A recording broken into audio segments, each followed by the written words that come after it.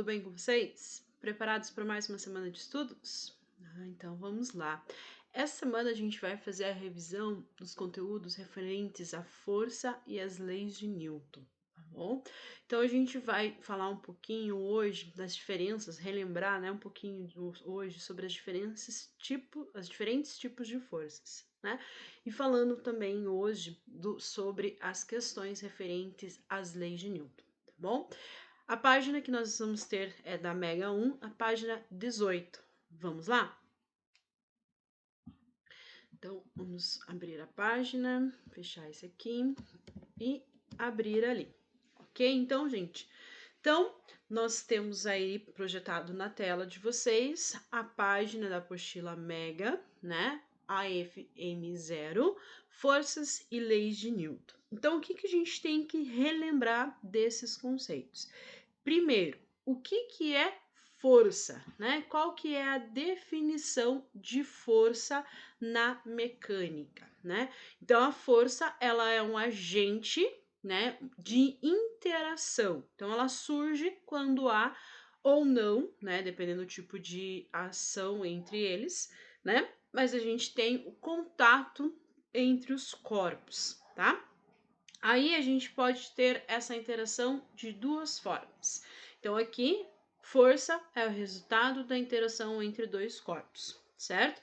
A gente pode ter dois tipos de interação: a interação por contato e a interação por campo. O contato, a força pelo contato, se dá em virtude do contato físico entre os corpos. Então, os corpos eles precisam se encostarem fisicamente para que haja a interação entre eles, para que haja a força entre eles.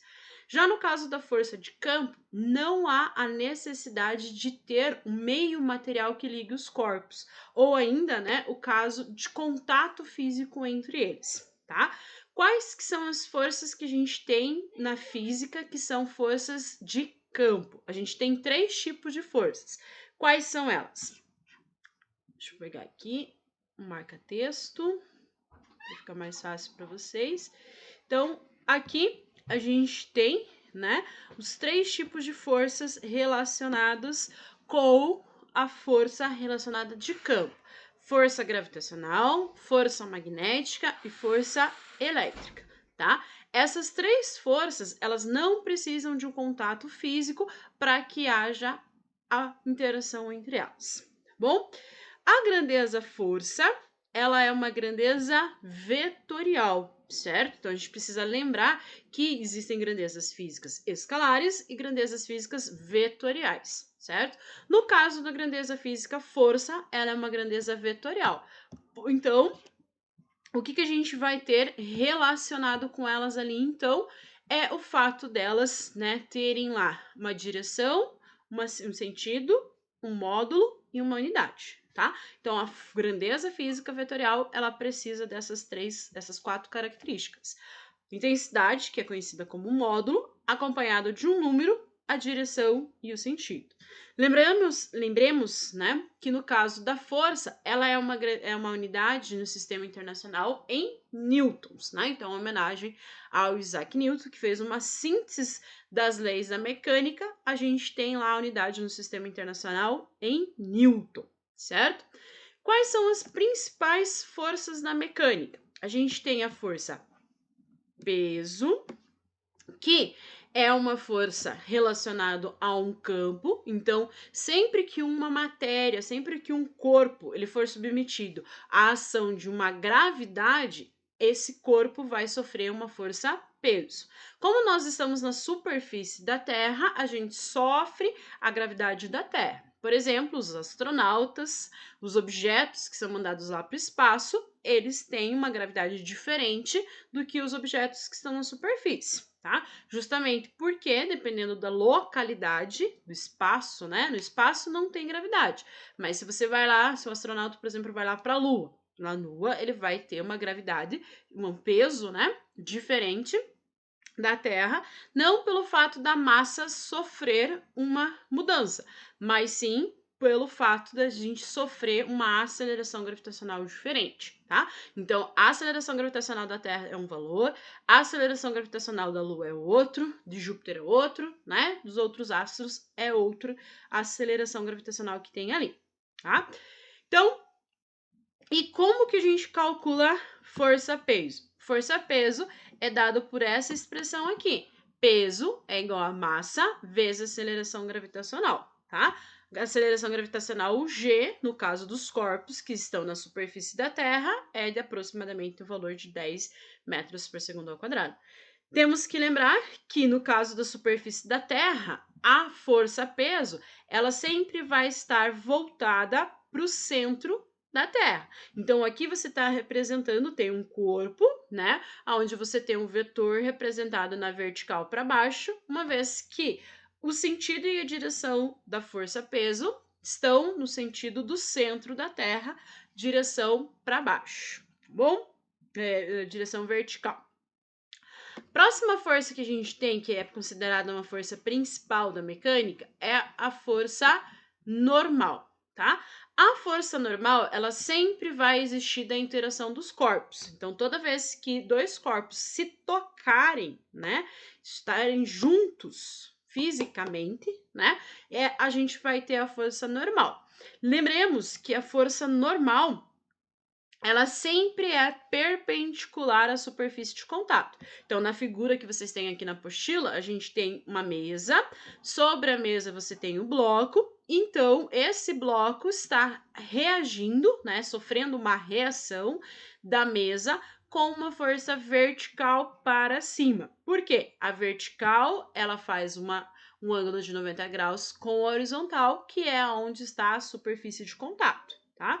Essa não é a única representação da força normal que a gente tem, né? Se a gente imaginasse que um objeto estaria sendo colocado na parede, a força normal estaria na horizontal. Por quê? Porque a parede é a superfície de contato, então a normal sempre vai fazer um ângulo de 90 graus com a superfície de contato. Então ela vai fazer um ângulo de 90 graus, vai estar ali na horizontal, se a superfície de contato estiver na vertical. Se a superfície de contato estiver na horizontal, a força vai estar na vertical, de tal modo que ele sempre vai empurrar o objeto, tá?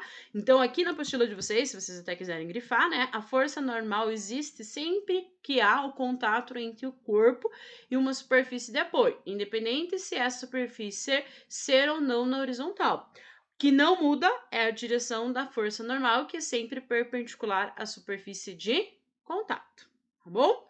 Um caso que ele mostra aqui pra gente é o plano inclinado. Então, a superfície aqui, ó, não tá nem na horizontal, nem na vertical. Ou seja, como você tem uma superfície inclinada, a força normal vai fazer um ângulo, né, de 90 graus aqui, ó, entre a superfície e o contato do corpo. Tá? Então, a normal sempre vai ser perpendicular à superfície ali, tá? E aí, quais são as características? Para você calcular a intensidade, depende da interação, né? Então, não existe, diferentemente da forma que a gente tem lá para calcular uma expressão matemática para calcular a força-peso, no caso da força normal e da força de tração, que é a próxima força que a gente vai ver, essas duas forças, elas não têm uma fórmula pronta para a gente calcular o módulo delas. Depende da interação. Dependendo do tipo de interação que haja entre essas forças, a gente consegue calcular o valor delas, tá? Porém, a gente tem o sentido e a direção. A direção é sempre perpendicular à superfície e o sentido é sempre de empurrar o corpo, tá bom? Então, isso a gente tem que guardar, essas três características. A intensidade depende da interação, direção sempre perpendicular à superfície e o sentido é sempre de empurrar o corpo, tá? No caso da força de tração, qual que é a diferença da força de tração para a força normal? Força de tração, ela é uma força de contato, precisa existir o contato físico entre os corpos para que haja ela. E a força de tração, ela sempre vai existir do fato da gente ter um fio, uma corda, uma corrente puxando o objeto, tá? Então, chama-se força de tração aquela aplicada no corpo por intermédio de um fio, de uma corda, de uma corrente, né? E aí é importante que considerando, né, que esse fio seja um fio flexível, né, inexistente a massa dele ali, né, e aí a qual você não tem ele sendo esticado ou comprimido, tá? Então, essas características é importante no caso da força de tração, tá? E aí, da mesma forma que eu falei para vocês, no caso da força de tração, vai depender da interação entre os corpos. E aí, a força de tração tem duas características importantes que a gente tem que guardar. A direção dela é sempre a mesma da direção do fio. Então, se o fio está na horizontal, a força de tração vai estar na horizontal. Se o fio está na vertical, a força de tração vai estar na vertical. Se o fio está na diagonal, a força de tração vai estar na diagonal, né?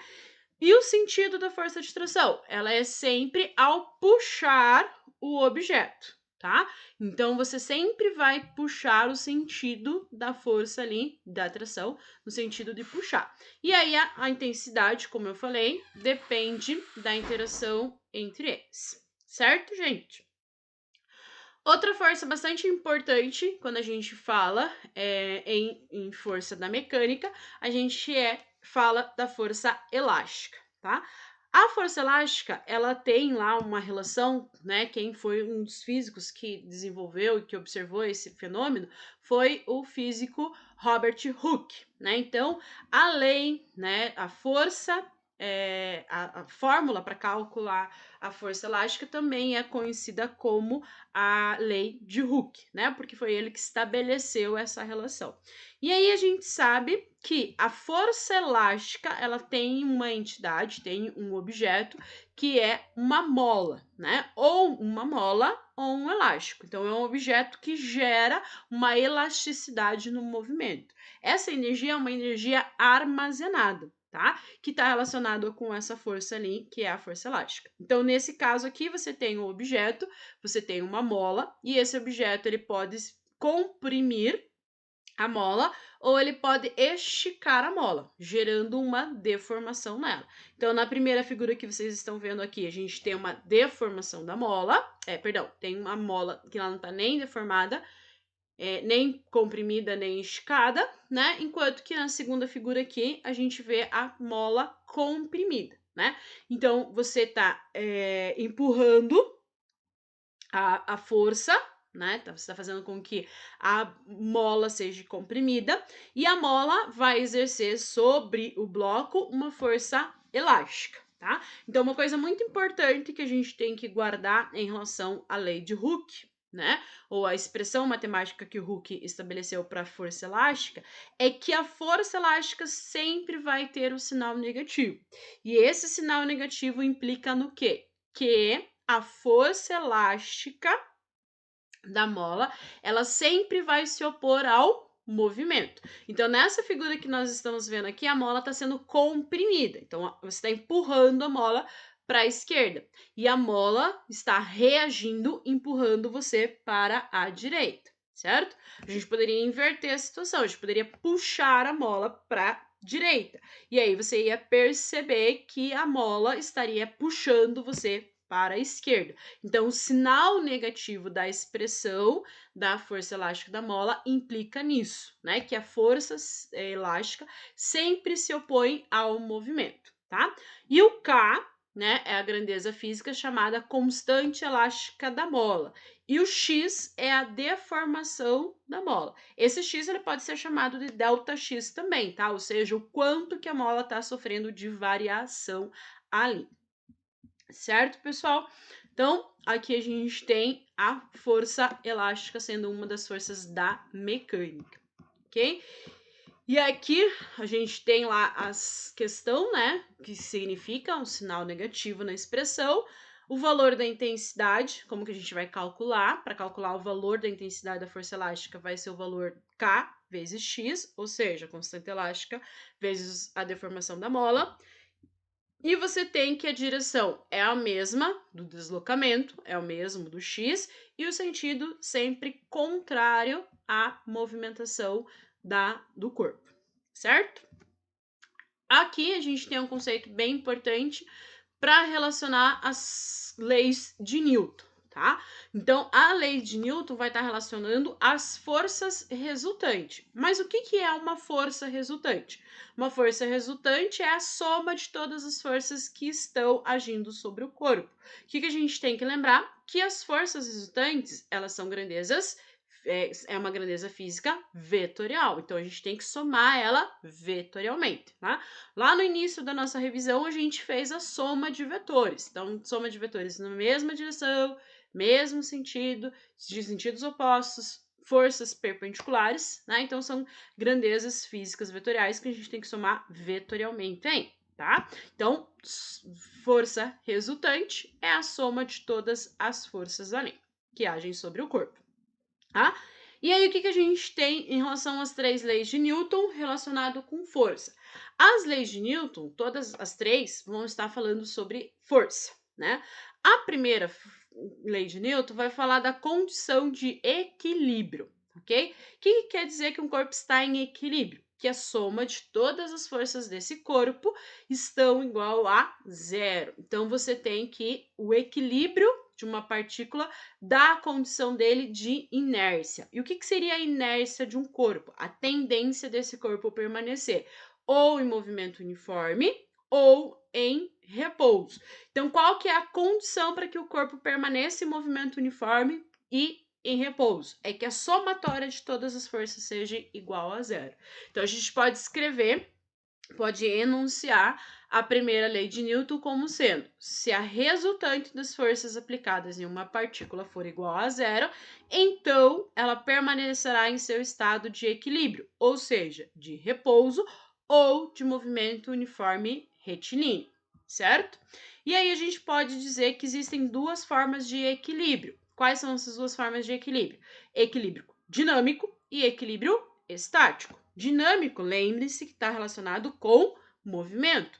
Estático, parado. Então, o equilíbrio dinâmico é quando o corpo está em movimento, quando o corpo está se movimentando em movimento uniformemente uniforme, né? Enquanto que o estático, o corpo está parado, tá? Que está representado aqui na figura para vocês, né? Então, o bloco, você tem aqui, ó, bloco, né? O equilíbrio dinâmico, velocidade diferente de zero, e equilíbrio estático, velocidade igual a zero, o corpo está em equilíbrio, tá bom? Esse é o sistema de equilíbrio estático e dinâmico. A segunda lei de Newton, também conhecida como princípio fundamental da dinâmica, está relacionado com a ação das forças diferentes de zero, ou seja, forças não nulas agindo sobre o corpo. Então, segundo o princípio de Newton, para todo corpo que tem uma força não nula, ou seja, uma força diferente de zero, o que vai acontecer com o corpo ali? Ele vai adquirir uma aceleração, tá? Então, o corpo, a qual tem uma força não nula, ela adquire as seguintes características: ela sofre uma aceleração, né? Então, a aceleração que o corpo sofre vai ter a mesma direção e o mesmo sentido da força resultante, tá?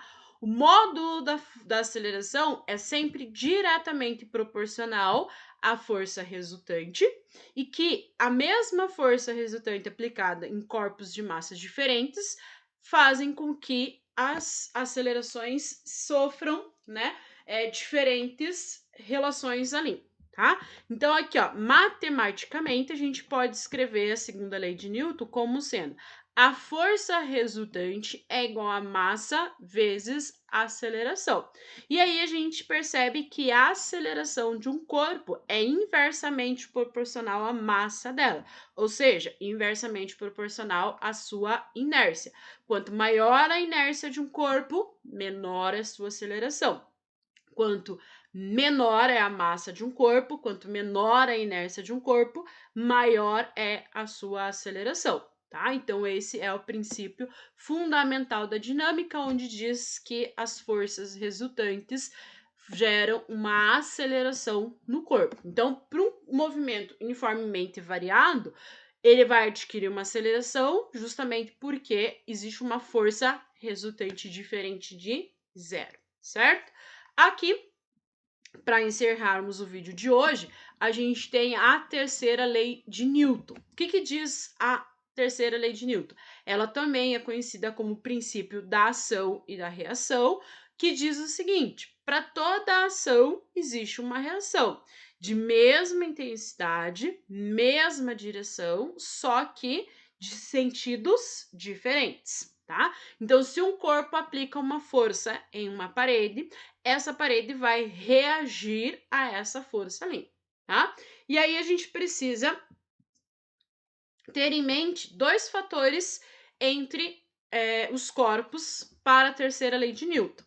A ação e a reação é um par de ação e reação, e elas acontecem, elas agem simultaneamente ao corpo.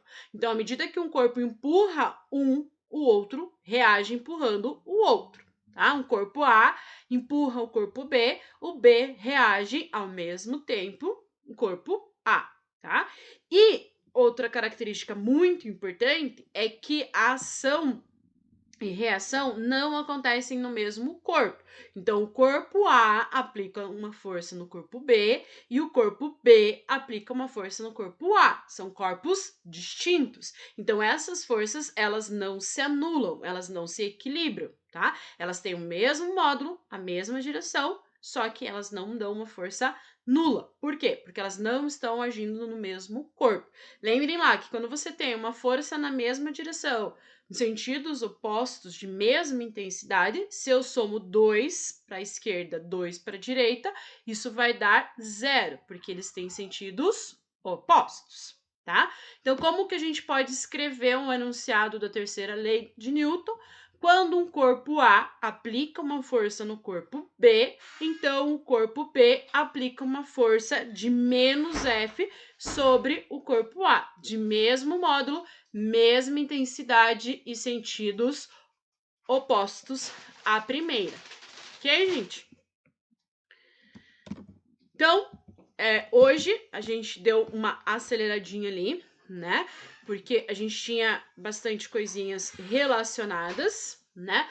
Mas o importante a gente guardar das três leis de Newton é que elas são uma síntese da mecânica da época até o Newton, tá? Então, o Newton ele não fez isso sozinho, certo? Mas ele fez uma síntese do que se conhecia do movimento até o momento da existência dele, tá? E aí você tem a primeira, a segunda e a terceira lei de Newton estabelecendo condições para as características do movimento. Movimento uniforme, para o movimento uniformemente variado e para o repouso de um corpo, tá bom?